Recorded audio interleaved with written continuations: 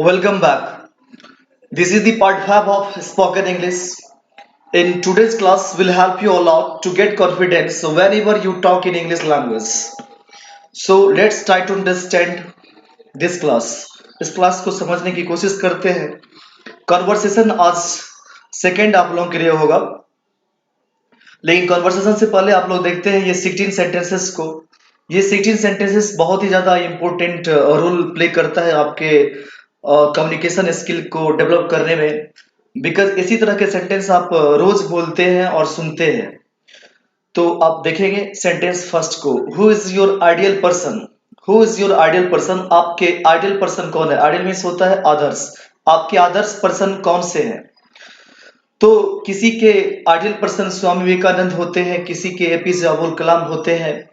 तो जो कुछ हो, जैसे किसी को बोलना हो डॉक्टर एपीजे अब्दुल कलाम के बारे में कि आइडियल पर्सन है, तो क्या बोलेंगे कि my ideal person is doctor APJ Abdul Kalam. Next sentence है आपका, how did you come to know about the global.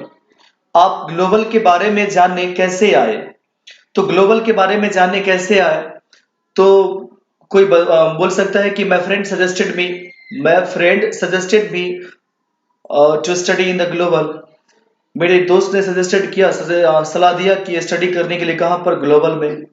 Next sentence है आपका, who told you that English is important.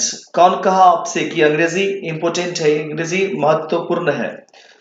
तो आप इसका आंसर ऐसे दे सकते हैं कि नोबडी टोल्ड मी, किसी ने मुझसे नहीं कहा that English is important. It's a fact, यह एक सच्चाई है. That English is important for everybody. English जो है सो महत्वपूर्ण है हर किसी के लिए. Can you speak the importance of English. क्या आप बोल सकते हैं इंपोर्टेंस ऑफ इंग्लिश, अंग्रेजी के महत्व को.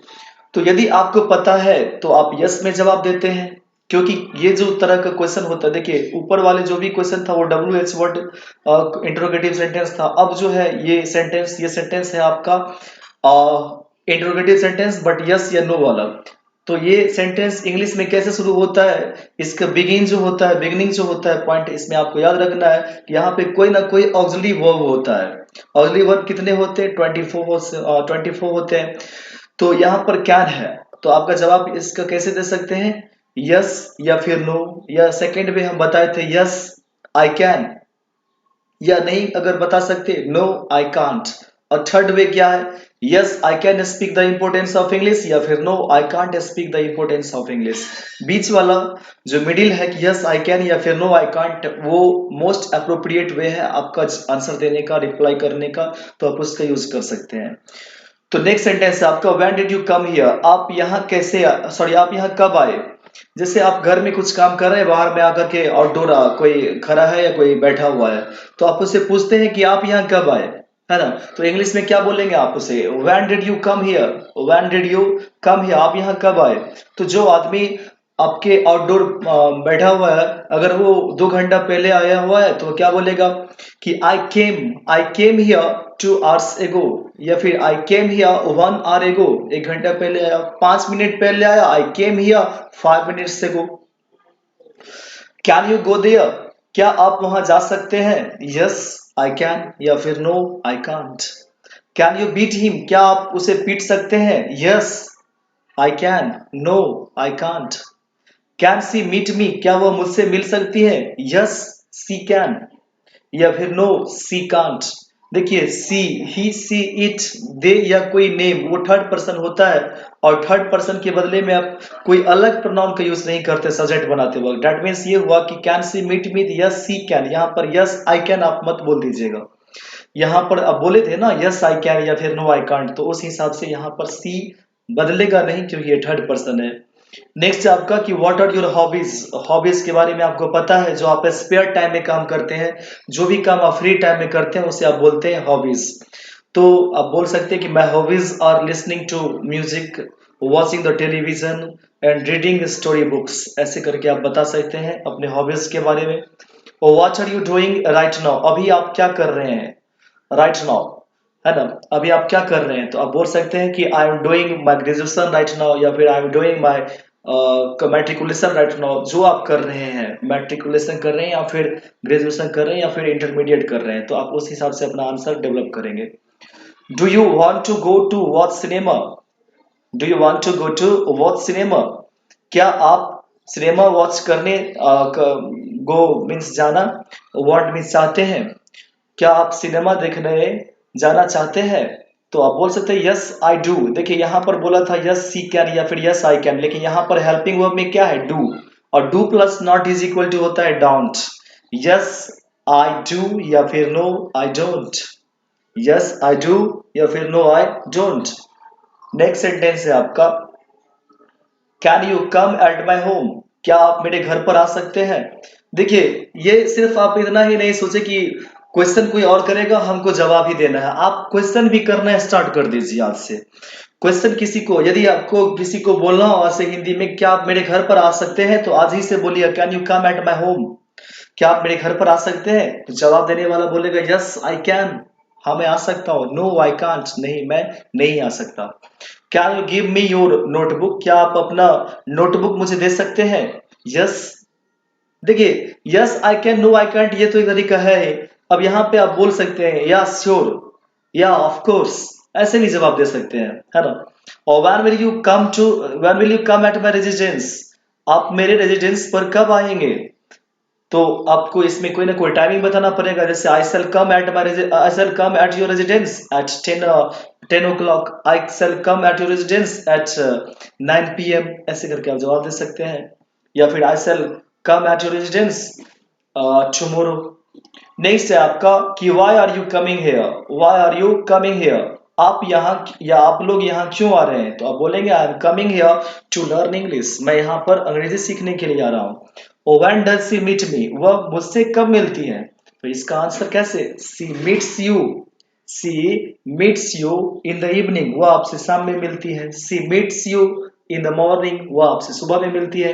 देखिए ये जो आंसर देने का तरीका है, ये वे, मैं अपना ओपिनियन कुछ रखता हूँ, in my opinion this answers are correct, but आप भी आप कुछ भी सोच सकते हैं, आपका आंसर जो भी फिट सेंटेंस के हिसाब से होगा। और प्रीवियस वीडियो में जब हम आपने देखा था चैप्टर 4 को, तो उसमें एक सेंटेंसेस था, सेकंड या third sentence, I can't remind it properly, वहां पर था कि with home do you live? आप किसके साथ रहते हैं? तो वहां पे आंसर हमने बता दिया था आपको कि आई लिव माई पेरेंट्स या फिर आई लिव माई फ्रेंड्स। वहां पर होना चाहिए था क्या? I live with my parents, I live with my with my friends, I live with my sisters, I live with my जो भी ब्रदर्स। तो वहां पे विद वर्ड जो था वो स्केप कर गया था, बिकॉज गर्मी बहुत ज्यादा होता है और वीडियो बनाते समय पूरा रूम बंद होता है, ना फैन चलता है ना कुछ, तो वर्ड स्लिप हो गया था। तो आप याद रखेंगे इन बातों को। चलिए अब देखते हैं नेक्स्ट। आज का कॉन्वर्सेशन बहुत ही अच्छा है, बहुत ही बेहतरीन तरीका से कॉन्वर्सेशन को बनाया गया है, तो आप इसे बढ़िया से डील करेंगे कॉन्वर्सेशन को।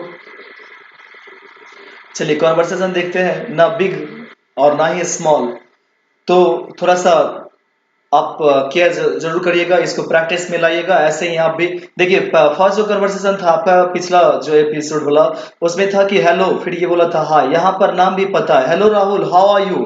हेलो राहुल तुम कैसे हो? बी बता रहा है आई एम फाइन। बी क्या बोला है? I am fine. यदि आप ही से कोई बोले हेलो हाउ आर यू, या आपका नाम पता हो तो फिर आपको नाम भी बोले hello Rahul how are you, आप क्या बोलेंगे? आई एम फाइन, मैं ठीक हूँ। थैंक यू, आपको धन्यवाद। And what about you? आपको हम बताए थे प्रीवियस वीडियो में भी कि आपको दो बार हाउ आर यू का यूज नहीं करना है। कोई पूछ ही दिया आपसे हाउ आर यू, तो आप नेक्स्ट टाइम क्या बोलेंगे? फिर उससे what about you, what about you. देखिए ये क्या बोला था? आई एम फाइन, ये बोला है आई एम ऑल्सो फाइन। यहाँ पर आप आई एम फाइन टू भी बोल सकते हैं, T double O too, too is equal to also, दोनों का मतलब होता है भी। I am also fine. Where are you going? तुम कहाँ जा रहे हो? बी बता रहा है I am going to the global, मैं ग्लोबल जा रहा हूँ। A what is the global? Global है क्या? ये बहुत ही इंटरेस्टिंग क्वेश्चन है आपका, व्हाट इज द ग्लोबल, क्योंकि बहुत सारे स्टूडेंट्स के जो गार्जियन होते हैं वो भी हमें कॉल करते हैं, सर ग्लोबल, ग्लोबल का नाम फर्स्ट टाइम सुन रहे हैं, कहाँ पे है कोचिंग, कब स्टार्ट हुआ ये कोचिंग? तो बिल्कुल न्यूली है, तो कोई भी आपसे पूछ सकता है, तो आप उसे बताना है आपको कि global is the centre of English language.